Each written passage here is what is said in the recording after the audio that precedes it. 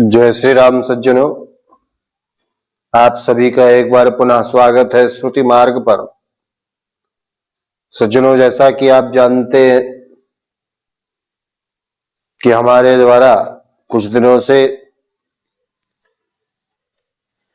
केवलाद्वैत सिद्धांत पर आर्य समाजी भ्रांतियों का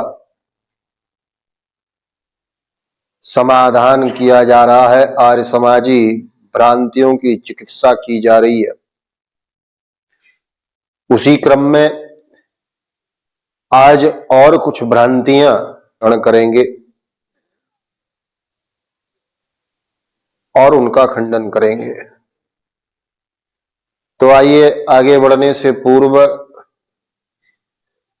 पहले मंगलाचरण कर लेते हैं, इसके बाद इस विषय पर आगे बढ़ेंगे। स्वस्ति श्री गणेशाय नमः। विघ्नेशं नौमि शुभ्रं सकल विविधं शंकरं लोकवन्द्यं। श्रीशं नारायणं नौमि करुणहृदयं भास्करं लोकनेत्रम्। नत्वा माया स्वरूपां जगति प्रकृतिरूपात्मका भासते स्मार्तं धर्मानुकूलं श्रुतिविहित्वा च संप्रवक्ष्यामि तत्त्वम्। शंकरं शंकराचार्यं केशवं बादरायणं सूत्रभाष्यकृतौ वन्दे भगवन्तौ पुनः पुनः।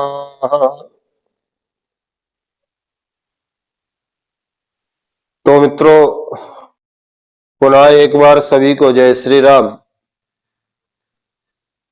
तो अधिक विलंब ना करते हुए सीधे आर्य समाजी पूर्व पक्ष की कुछ और भ्रांतियों को हम यहां देखते हैं। आर्य समाजियों का कहना है कि वेदों में, उपनिषदों में, दर्शनों में सर्वत्र तीनों सत्ताएं हैं।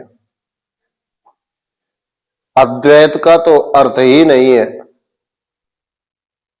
अद्वैत का अर्थ केवल इतना है कि ब्रह्म एक है, अनेक ब्रह्म नहीं। परंतु ये लोग जीव को भी भगवान कहते हैं, ईश्वर को भी भगवान कहते हैं, और इसीलिए अद्वैतियों ने अनेक ब्रह्म मान लिए हैं। ये आर्य समाजियों का आक्षेप है और हम मानते हैं कि यह आर्य समाजियों का आक्षेप नहीं, यह भी विशुद्ध भ्रांति ही है। मित्रों, अन्य भ्रांतियों के ही समान इस भ्रांति में भी आर्य समाजी पूर्व पक्ष ने अद्वैत का खंडन नहीं किया, बल्कि अद्वैत की परिभाषा अपनी मनमुखी बना ली।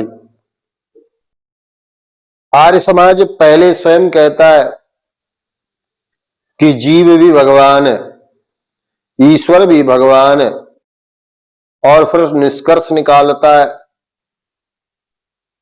कि ये देखो अद्वैतियों के अनेक ब्रह्म हो गए। परंतु यह अद्वैत सिद्धांत की अनभिज्ञता का ही परिणाम है। यह अद्वैत सिद्धांत है ही नहीं। यह हमारा कब सिद्धांत रहा कि जीव, ईश्वर और ब्रह्म तीन पृथक ब्रह्म है। हमारे यहां तो ब्रह्म सत्यम जगन मिथ्या जीव ब्रह्मेव ना परा, यह सिद्धांत स्वीकार्य है। जो श्रुतियों का ही सिद्धांत है। और हमारे यहां जीव दूसरा ब्रह्म नहीं होता, अपितु अविद्योपहित ब्रह्म का व्यवहारिक नाम होता है। और ईश्वर भी दूसरा ब्रह्म नहीं होता, मायोपहित ब्रह्म ही ईश्वर है। सज्जनों, हमारे यहां उपाधि भेद से नाम भेद होता है, वस्तु भेद नहीं होता। जैसे एक ही आकाश, घटाकाश, मठाकाश, ग्रहाकाश आदि कहलाता है,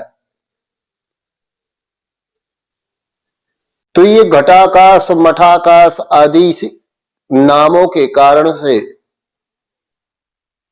क्या अनेक आकाश सिद्ध हो सकते हैं? कदापि नहीं। यहां पर आकाश के नाम अनेक हैं, परंतु आकाश एक है। घटोपाधि से घटाकाश इस प्रकार से समझा जाता है। और इसी प्रकार जीव, ईश्वर और ब्रह्म, यह तीन पदार्थ नहीं है, अपितु एक ही तत्व की भिन्न भिन्न उपाधि प्रसिद्ध अवस्थाएं हैं। परंतु आर्य समाजी पूर्व पक्ष ने उपाधि को ही वस्तु समझ लिया और फिर वस्तु भेद सिद्ध करने के लिए आर्य समाज लग गया। और यही आर्य समाज की और आर्य समाज अग्नि व्रत की, साथ ही जितने भी आर्य समाजी हैं, उन सब की यही भ्रांति है। मित्रों, जहां अद्वैत एक तत्व का प्रतिपादन करता है, वहां पर आर्य समाज नाम भेद को ही तत्व भेद समझ बैठता है। अब हम यही कह सकते हैं कि इन आर्य समाजियों की बुद्धि की बलिहारी। चलिए आगे और भ्रांतियों को ले लेते हैं। आगे आर्य समाज का पक्ष है कि यदि माया ब्रह्म की शक्ति है तो बिना माया के ब्रह्म क्या करता है, ये प्रश्न है। यदि माया से युक्त होकर ही ईश्वर बनता है तो उससे पहले ब्रह्म क्या था? यदि शक्ति पहले नहीं थी तो ब्रह्म अशक्त हुआ, और यदि पहले से थी तो सदा से ईश्वर ही हुआ। अतः माया मानने से दो अनादि सत्ताएं सिद्ध होती हैं और अद्वैत का खंडन हो जाता है। ये पूर्व पक्षी आर्य समाज का मत है। और मत क्या है, यह भी अत्यंत घोर भ्रांति है। क्यों? क्योंकि यहां आर्य समाज का संपूर्ण तर्क माया पर नहीं है, बल्कि माया की अपनी कल्पना पर है। आर्य समाज ने पहले मान लिया कि माया ब्रह्म के समान स्वतंत्र सत्ता है, और फिर उसी कल्पना का खंडन करने लगा। मैं पूछता हूं आर्य समाजियों से कि किस प्रमाण से आर्य समाज यह कहता है कि माया ब्रह्म के समान स्वतंत्र परमार्थ सत्ता है? क्योंकि श्रुति तो कहती है मायाम तू प्रकृतिम विद्यान माइनम तू महेश्वरम। सज्जनों, यहां श्रुति वचन में माया का पृथक स्वातंत्र नहीं है,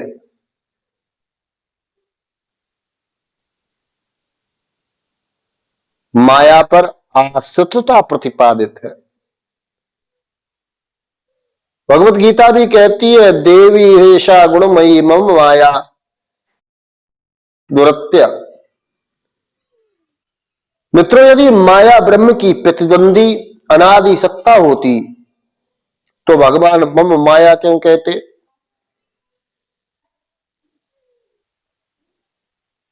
सज्जनों, स्वामित्व सदैव आश्रित वस्तु में होता है,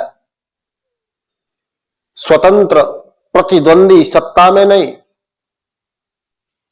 परंतु यह बात आर्य समाज को समझ जाए तो फिर बात ही क्या है। और सुने, आर्य समाज कहता है कि माया या तो सत होगी या असत, तीसरा कोई विकल्प ही नहीं। यह उसकी बहुत बड़ी भूल है।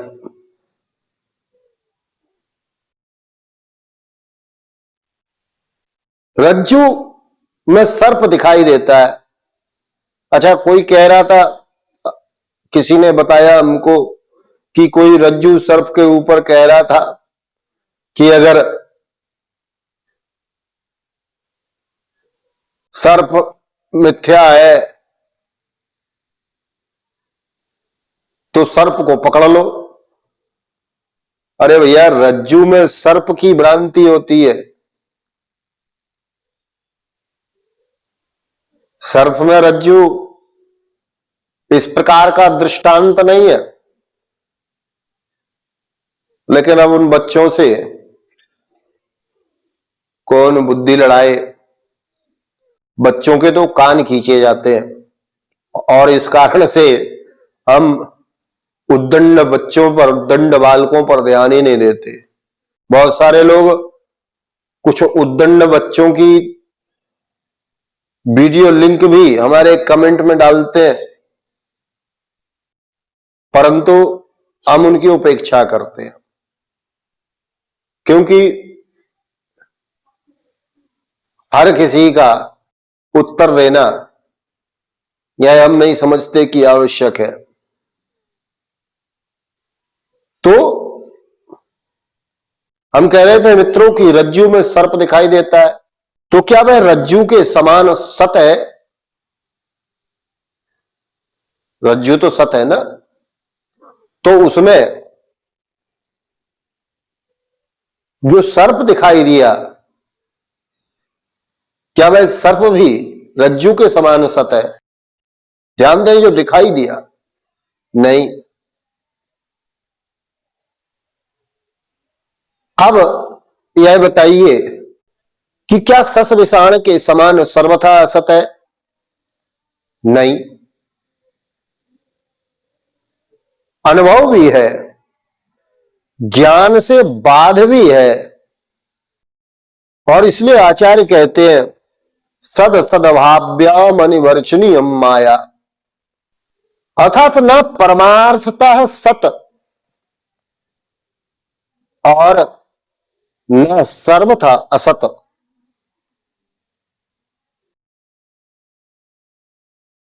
यह ज्ञान बाध्या है और अनुभव रूपा, दोनों है। और इसलिए माया को स्वीकार करने से दो अनादि स्वतंत्र सत्ताएं सिद्ध नहीं होती।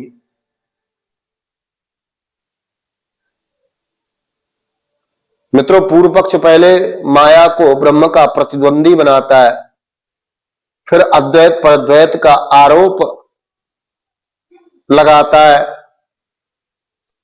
यह अद्वैत नहीं, यह आर्य समाज की भ्रांति मात्र है, इसके अतिरिक्त और कुछ नहीं है।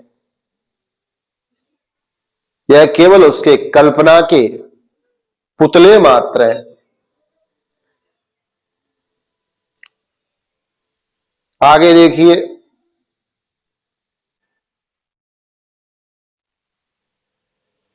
आगे फिर आर्य समाज का कहना है कि यदि माया ना सत है ना असत है, तो यह तर्क विरुद्ध है।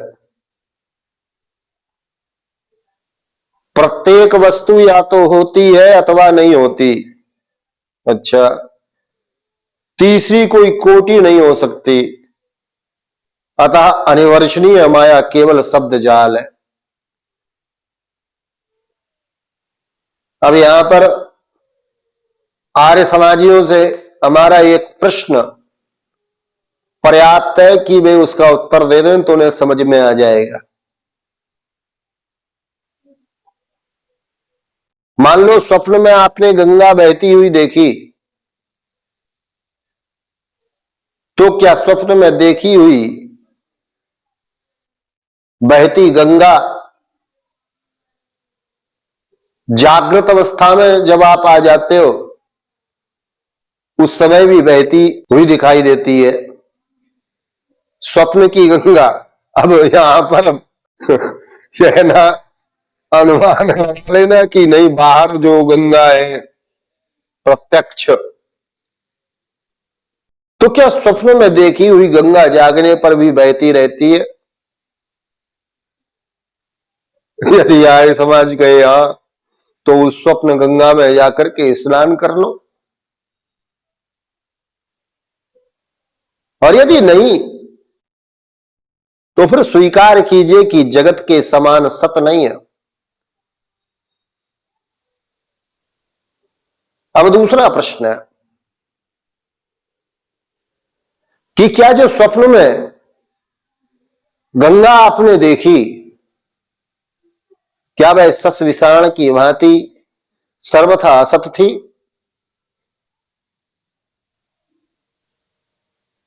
यदि असत थी तो आपने उसे देखा कैसे, और उससे संबंधित अनुभूतियां किस प्रकार हुई? तो स्पष्ट है कि ये जो था, ये जो स्वप्न की गंगा थी वह अनुभव गम्य थी। स्वप्न में ही सही आपने अनुभव किया, परंतु जैसे ही जागृत अवस्था आई, गहरी उस स्वप्न की निद्रा से जागे,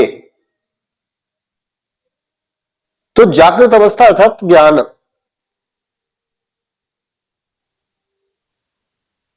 तो ज्ञान होने पर ज्ञान बाध्या भी थी। भाई आपको अब ज्ञान हो गया ना कि ये जो हम अनुभव कर रहे थे, ये जो गंगा थी ये स्वप्न की थी, और जब यह ज्ञान हुआ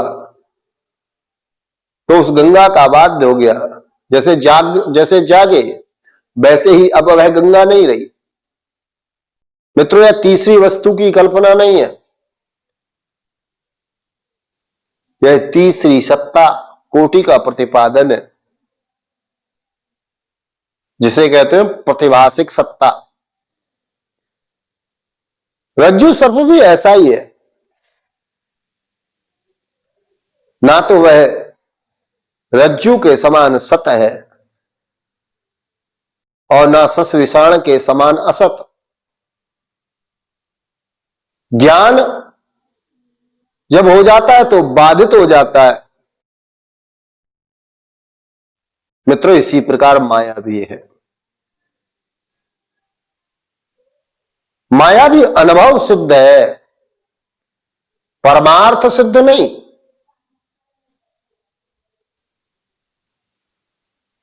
और इसीलिए पूर्व पक्ष ने पहले ही यह नियम बना लिया कि सत और असत यही दो कोटियां हैं, जबकि उसका अपना अनुभव यह आर्य समाज भी अनुभव करेगा।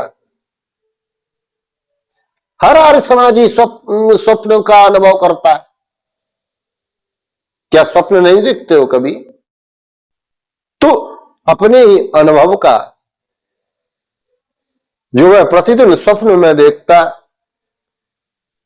उस नियम का वह खंडन करता है। तो मित्रों, जहां अनुभव ही तीसरी सत्ता कोटि का साक्षी हो, अर्थात अनुभव से जिस सत्ता का प्रतिपादन होता हो, वहां पर अनिर्वचनीय को शब्द जाल कहना तर्क नहीं है, अज्ञानता है, मूढ़ता है। यह अनुभव का निषेध है। तो थोड़ा सा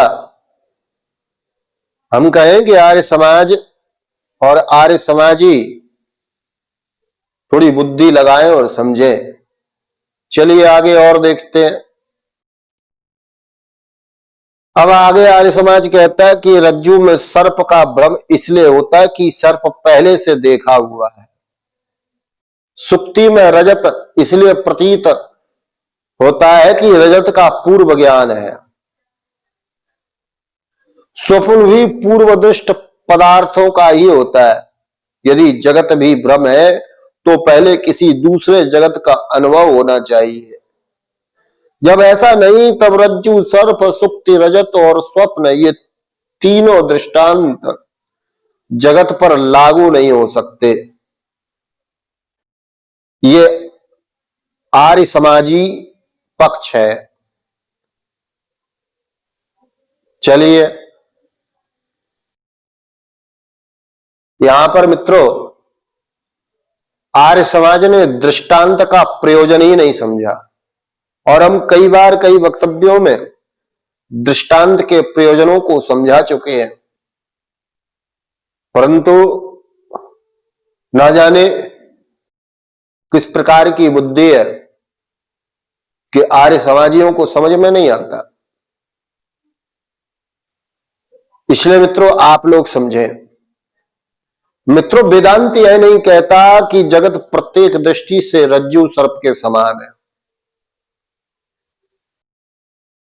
यहां केवल इतना कहा जाता है कि अधिष्ठान परिवर्तित रहते हुए भी अध्यास संभव है, और यही दृष्टांत का साध धर्म है। मित्रों न्याय का सिद्धांत है दृष्टांता साध्य साध्यर्म मात्रे, अर्थात दृष्टांत संपूर्ण समानता के लिए नहीं होता। क्योंकि यदि ऐसा होता तो मकड़ी दृष्टांत में ईश्वर के भी 8 पैर मानने पड़ेंगे कि नहीं, अथवा रज्जु सर्प में सर्प के ना समान फिसलता हुआ मानना पड़ेगा कि नहीं, अथवा सूर्य दृष्टांत में ब्रह्म का भी उदय और अस्त स्वीकारना पड़ेगा कि नहीं। तो दृष्टांत कभी भी समानता के लिए नहीं होता। अब पूर्व पक्ष की मूल भ्रांति पर आई है। पूर्व पक्ष कहता है कि भ्रम के लिए दूसरी वस्तु का पूर्व ज्ञान अनिवार्य है, परंतु मित्रों बृहदारण्यक श्रुति कहती है ना तत्र रथः न रथयोगः अथ रथान रथ योगान सृज्यते।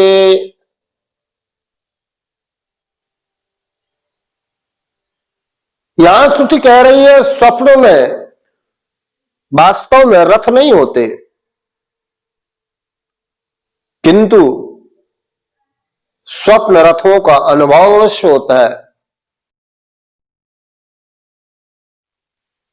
और इसलिए अनुभूति के लिए परमार्थ सत्ता अनिवार्य नहीं है।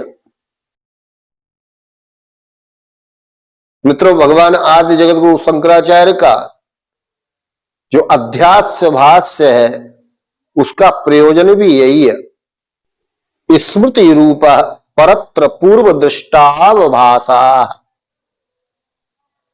यहां जगत की उत्पत्ति नहीं है, यहां अध्यास की संभावना सिद्ध की जा रही है, और इसलिए रज्जु सर्प दृष्टांत का उद्देश्य सर्प का इतिहास बताना नहीं है, अध्यास का सिद्धांत बताना है। और आर्य समाज दृष्टांत से वह सिद्ध करना चाहता है जिसका प्रयोजन ही नहीं है, जिसे सिद्ध करने के लिए दृष्टांत दिया ही नहीं गया। आर्य समाज वही सिद्ध करना चाहता है, और यही उसकी भ्रांति की मूल जड़ है। हम तो प्रयत्न कर रहे हैं, परंतु ये भ्रांतियां बिना आचार्य कृपा के, बिना आचार्य शरणागति के दूर नहीं होती है। चलिए आगे देखते हैं। आगे आर्य समाज की आपत्ति, आर्य समाज का भ्रम जो है वह सुनिए। आर्य समाज ये पक्ष कहता है कि स्वप्न तो जागने पर समाप्त हो जाता है, परंतु ब्रह्म ज्ञान होने पर संसार का अनुभव बना रहता है। यदि जगत वास्तव में स्वप्नवत मिथ्या होता तो ब्रह्म ज्ञान के साथ उसका भी लोप हो जाना चाहिए। अतः स्वप्न दृष्टांत जगत पर लागू नहीं हो सकता।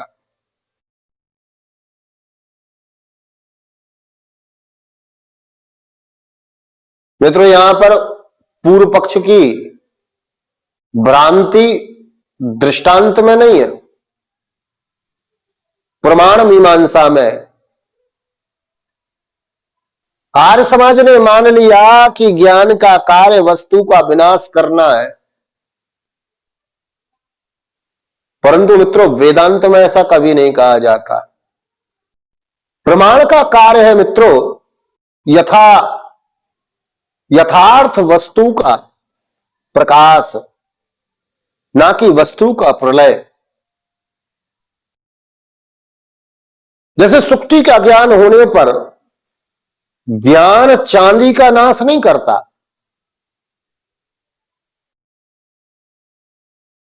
क्यों? क्योंकि वहां चांदी थी ही नहीं। वह केवल इतना प्रकाशित करता है कि इदम रजतम न सुक्तिरेव। और इसी प्रकार ब्रह्म ज्ञान भी किसी जगत का संहार करने नहीं आता, क्योंकि जगत है ही नहीं। तो संहार किसका? तो यहां केवल ज्ञान जो है वह श्रुति का निर्णय प्रकाशित करता है, ने नानास्ति किंचन।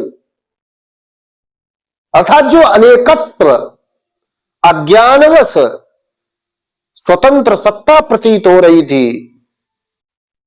उसी भ्रांति का निर्वर्तन होता है ज्ञान के द्वारा।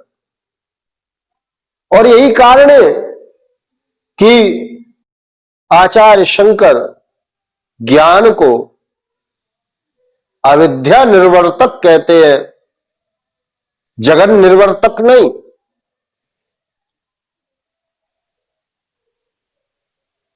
और इसलिए आर्य समाजियों का यह आग्रह, यह भ्रांति कि यदि ज्ञान हुआ तो जगत लुप्त होना चाहिए, यह वैसे ही है जैसे कोई कहे कि यदि सुक्ति का ज्ञान हो गया तो सुक्ति भी नष्ट हो जानी चाहिए। और वो किसको नष्ट करना चाहते हो? जगत का ज्ञान हुआ तो जगत लुप्त हो जाना चाहिए। लुप्त होने के लिए पहले जगत हो तब ना।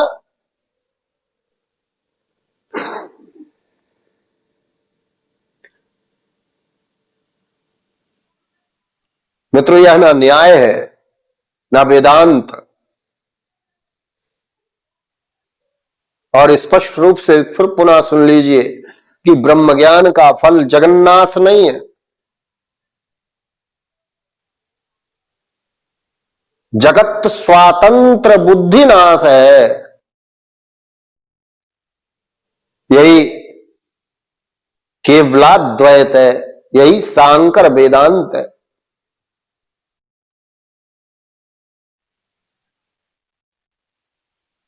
चलिए आगे देखते हैं। आगे मित्रों, पूर्व पक्ष ने वे ही आपत्तियां कई बार दोहराई हैं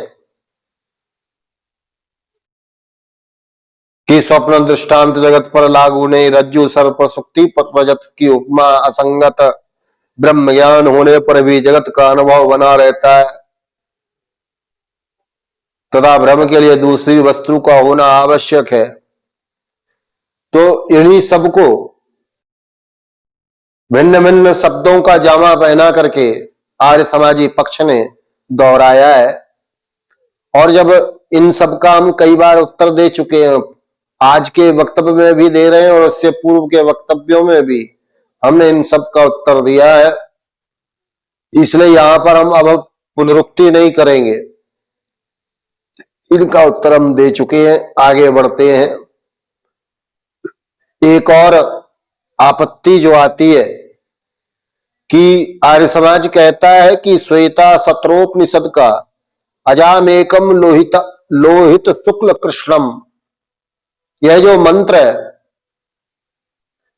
यह त्रैतवाद का प्रतिपादन करता है और इसलिए अद्वैत का अभेदवाद श्रुति विरुद्ध है। और हम अन्य श्रुतियों का समाधान प्रस्तुत कर चुके हैं और इसका भी उसी प्रकार से समाधान है, सुन लीजिए। यहां पर भी आर्य समाज की भ्रांति यह है कि जहां कहीं भेद का वर्णन वह देखता है वहां वह नित्य भेद समझ लेता है और अपने त्रैतवाद को सिद्ध करने लगता है। किंतु मित्रों, यह मान्यता जो आर्य समाज की है यह उनकी मनमुखी है, क्योंकि श्रुति, भाष्य और मीमांसा तीनों से यह असिद्ध है।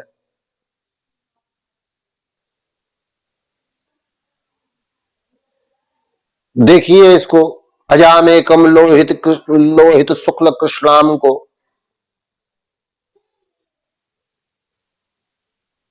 जहां अज शब्द ये लोग देखते हैं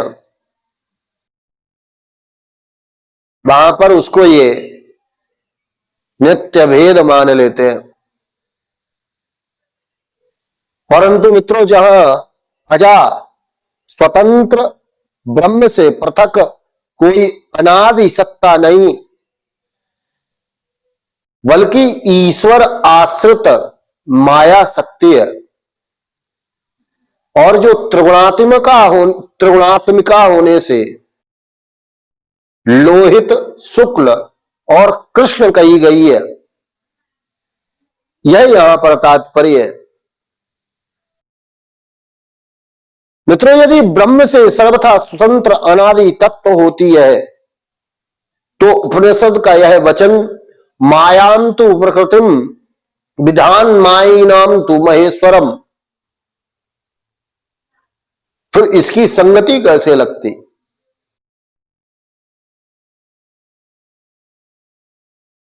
जहां पर प्रकृति स्वयं मायनाधीन कही गई है वहां उसे ईश्वर के समकक्ष स्वतंत्र नित्य तत्व मानना श्रुति का अर्थ नहीं है। यह श्रुति पर आरोप है, यह श्रुति का निर्णय नहीं, श्रुति पर आरोप है। और पुनः आर्य समाज द्वासुपर्णा शौया सखाया अपने पक्ष में दोहराता है। इसका हम समाधान पहले प्रस्तुत कर चुके हैं, इसलिए इस पर विशेष ना कहते हुए इतना ही कहना चाहता हूं कि यदि जीव और ईश्वर का भेद नित्य और वास्तविक होता तो परमम साम्यम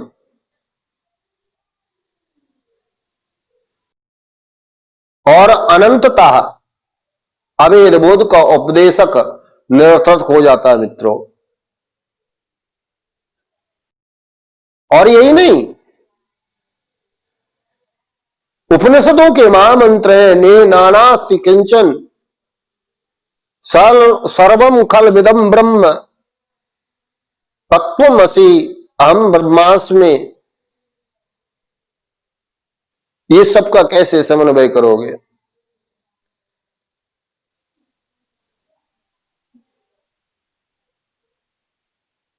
मित्रों, मीमांसा का सिद्धांत है कि अल्प स्पष्ट वाक्य का अर्थ स्पष्ट तात्पर्य वाक्यों के अनुकूल किया जाता है। अतः जहां कहीं व्यवहार भेद का वर्णन है, उसे अभेद प्रतिपादक ये जो महावाक्य हैं, इन्हें महावाक्यों के ही अधीन समझना चाहिए।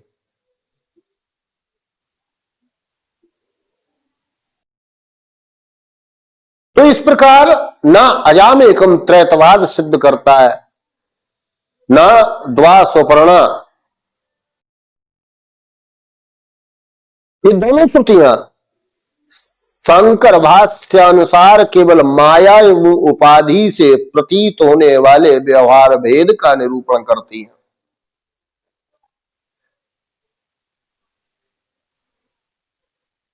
तो यहां पर भी आर्य समाजियों का त्रैतवाद ध्वस्त होता है, किसी भी प्रकार से सिद्ध नहीं होता। और आर्य समाज पूर्णतः स्वप्न के जंजाल में फंसा हुआ है, स्वप्न के जंजाल से बाहर नहीं निकल पा रहा है, और इस स्वप्न से निकलने में उनका त्रैतवाद भी सहायता नहीं कर रहा है, त्रैतवाद भी उसी में फंस गया है। तो मित्रों, इस संपूर्ण चर्चा का जो हमने श्रृंखला के रूप में प्रस्तुत की, इस संपूर्ण चर्चा का निष्कर्ष केवल एक वाक्य में समाहित है, सच्चेन वाद्येत असच्चेन व्रतीयेत। कि यदि जगत सत होता तो ब्रह्म ज्ञान से उसका कभी बाध ना होता, और यदि असत होता तो उसकी कभी प्रतीति ही ना होती। और इसलिए आचार्यगण कहते हैं सद सदाभ्याम अनिवर्चनीयम, अर्थात मिथ्या कहते हैं। यही अद्वैतवाद का सिद्धांत है। मित्रों, किंतु जो लोग जगत को परमार्थ था सत्य मानते हैं, उनके लिए अंतिम लक्ष्य भी इसी जगत के व्यवहार की पुनरावृत्ति बन जाता है, बार बार आना जाना ही। और यही आगे हम एक और आर्य समाजी मोक्ष पर हमारा वक्तव्य निर्गत करेंगे। उनका मोक्ष ही इसी प्रकार का है। और यदि मुक्ति का अर्थ केवल कुछ समय के लिए संसार बंधन से निवृत्ति होकर पुनः कर्म बंधन में लौटना यह होता, तो वह नित्य मुक्ति नहीं है, केवल अस्थायी विराम है। और शास्त्र ऐसी मुक्ति का उपदेश नहीं करते।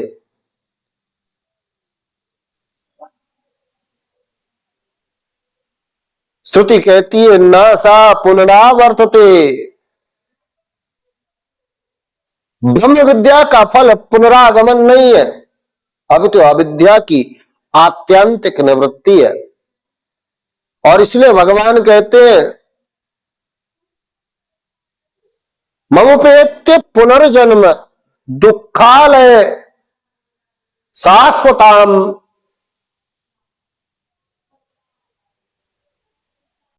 ननु प्रवंति महात्मना। यही श्रुति का अंतिम निर्णय कि ब्रह्मविद ब्रह्मैव भवति। और इसलिए जो सिद्धांत जीव को पुनः संसार चक्र में प्रविष्ट मानता है, मित्रों, वह उपनिषदों के परम पुरुषार्थ का प्रतिपादन नहीं करता, क्योंकि श्रुतियों का निष्कर्ष स्पष्ट है एकमेवाद्वितीयं ब्रह्म ने नानास्ति किंचन सर्वम खलवदम ब्रह्म। यही केवल अद्वैत सिद्धांत है। यही आद्य जगत गुरु शंकर भगवत पाद का सिद्धांत है। यही श्रुति मार्ग है, यही सन्मार्ग है, यही मोक्ष का मार्ग है। इसलिए मित्रों, आर्य समाज की भ्रांतियों में ना फंसे। आर्य समाज के द्वारा फैलाई जा रही भ्रांतियों से बचें और श्रुति मार्ग पर आए, सन्मार्ग पर आए, मोक्ष के मार्ग पर आए। और इसके लिए भगवान आद्य जगत गुरु शंकराचार्य के सिद्धांत की छत्र छाया में आए। तो आज के लिए और इस श्रृंखला के लिए इतना ही मित्रों। आगे यद्यपि इसी प्लेलिस्ट में हम उसको रखेंगे, आर्य समाजियों के मोक्ष के विषय में जो हमको वक्तव्य निर्गत करना है।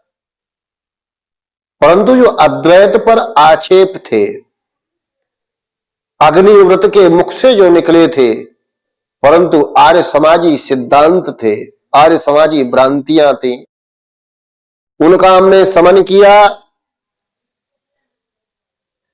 समझदारों को समझ में आएगा, अज्ञानी अज्ञान में ही रहेंगे। तो आज के लिए इतना ही। पुनः फिर मिलेंगे। सभी को जय श्री राम। श्री राम जय राम जय जय राम। श्री राम जय राम जय जय राम। श्री राम जय राम।